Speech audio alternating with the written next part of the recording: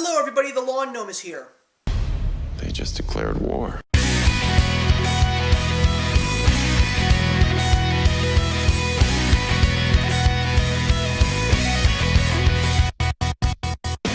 this episode of the 2019 Sweeps Week, we've got a lot to cover, guys.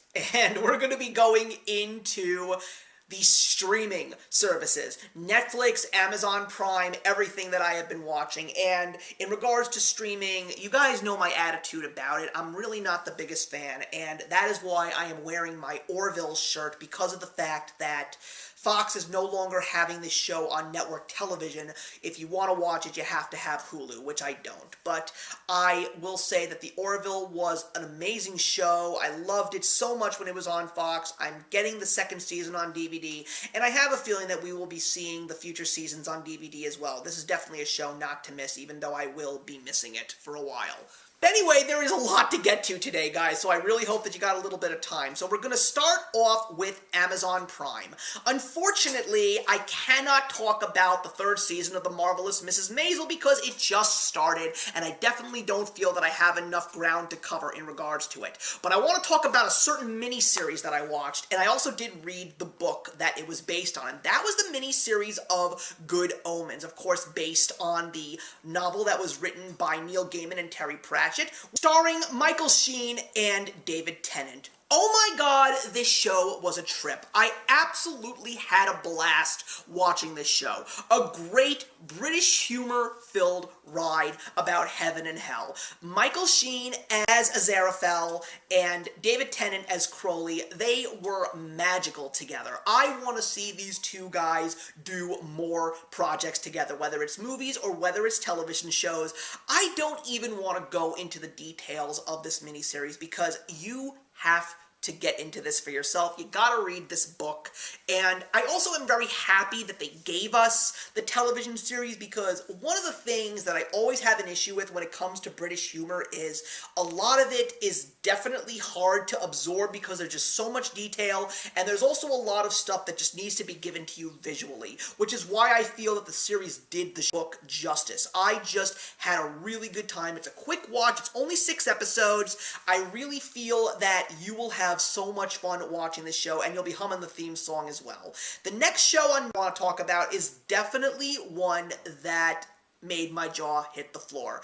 It is based on the comic book series that was written by the great Garth Ennis. I didn't even know that Garth Ennis wrote this, but of course I'm talking about The Boys. The Boys is about a world where superheroes basically work for corporations, and they are not in it for the greater good.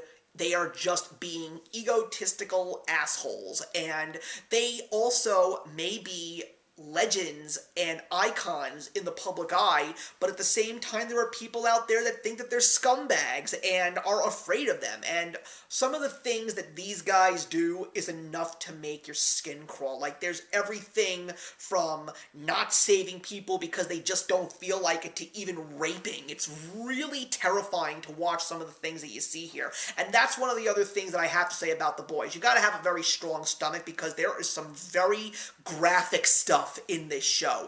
It's all about this guy named Huey, whose girlfriend was killed by one of these heroes, all because of the fact that she was just standing in the wrong place at the wrong time. And he's met up with this guy named Butcher, who is played brilliantly by Carl Urban, and Huey is played by Jack Quaid, who is actually Dennis Quaid's son. And he basically is part of this ragtag team of guys, and because of what happens with Huey, Butcher decides to get the band back together and go back on their quest on taking down and killing these superheroes. This show is everything that your typical superhero story is not. And let me tell you, I love it for that. It is sometimes uncomforting to watch, but it's got great action, it is funny, and I love the chemistry between all the characters, and you will walk away fearing superheroes. You won't necessarily love them, and that's one of the few things that I love about The Boys, because of the fact that there's been a lot of things in the world of comic books where the public is really not favorable about superheroes because they are nervous about what what's going to happen when they don't necessarily want to do the right thing. If there's anything that I could recommend to you, especially if you're a comic book fan, The Boys is definitely one for you. Next two shows that we're going to be talking about are Netflix shows, and the new season of Comedians in Cars Getting Coffee is one of them. So, there's really not much to tell in regards to this show, only because of the fact that it does star Jerry Seinfeld, but it's basically about Jerry Seinfeld once again getting a couple of famous faces and taking them for a little bit of a ride, and then of course having a cup of coffee and just discussing everything from politics to comedy to movies, you name it. This was a very special season because the first episode he picks up the great Eddie Murphy, and Eddie Murphy is about to embark on going back into stand-up because it has been a while since we've actually seen him on screen. I mean, he's also just recently done an episode of Saturday Night Live, so he's really trying to come back into the spotlight, and he deserves to because he really is one of the most iconic comedians of all time. So the fact that Jerry Seinfeld was someone who helped him along thanks to this episode was great. Their conversation about Planet of the Apes was hilarious. This is not necessarily a show for everyone, but if you love comedians in the world of Hollywood and entertainment, and of course if you're a Seinfeld fan, you're definitely going to enjoy this one because you're also going to see Jerry Seinfeld in a new light, and I'm really glad that I got into this show because it really is a really funny show. And the last show that we're going to be talking about today on Netflix is probably one of the best shows on television. It may in fact be the best show of 2019. It's from the Jim Henson Company, and it is a specific show that fans of this cult 1982 film have been waiting for. The prequel to the Dark Crystal Age of Resistance. So, I am a huge Jim Henson fan. I'm not the biggest fan of the Dark Crystal, but I really wanted to see what they were going to do because there was so much hype around the Age of Resistance.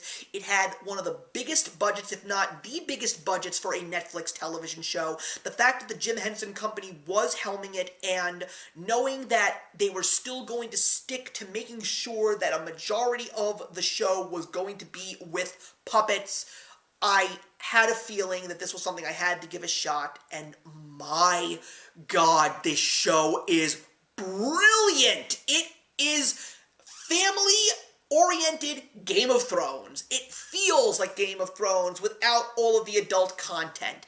This show has beautiful CGI and practical effects, amazing world building, great character development, and so many famous faces lending their voices to these characters. Simon Pegg, Mark Hamill, Awkwafina, Benedict Wong, Natalie Emmanuel, Taron Egerton, Natalie Dormer, Lena Headey. I mean, my goodness, a powerhouse cast for all of these amazing characters. And let me tell you, there's a great deal of characters on this show, but you're going to definitely find yourself latching on to one of them, or if not, many of them, and you're just going to love this show, especially if you love fantasy, if you love Jim Henson's work, and if you just want to go on a whirlwind adventure. You don't necessarily have to have seen the 1982 film, although I really think that you should give the film a shot if you haven't.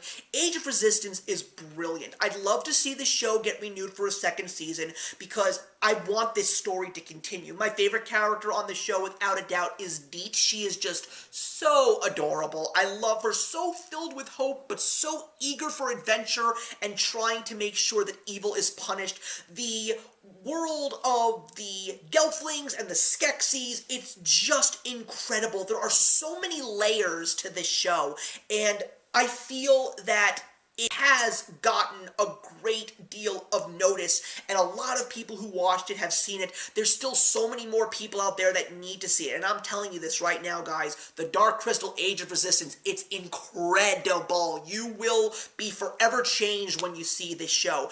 I am really hoping that Netflix put this series on DVD because I really want to own it. I want to watch it again and again and again.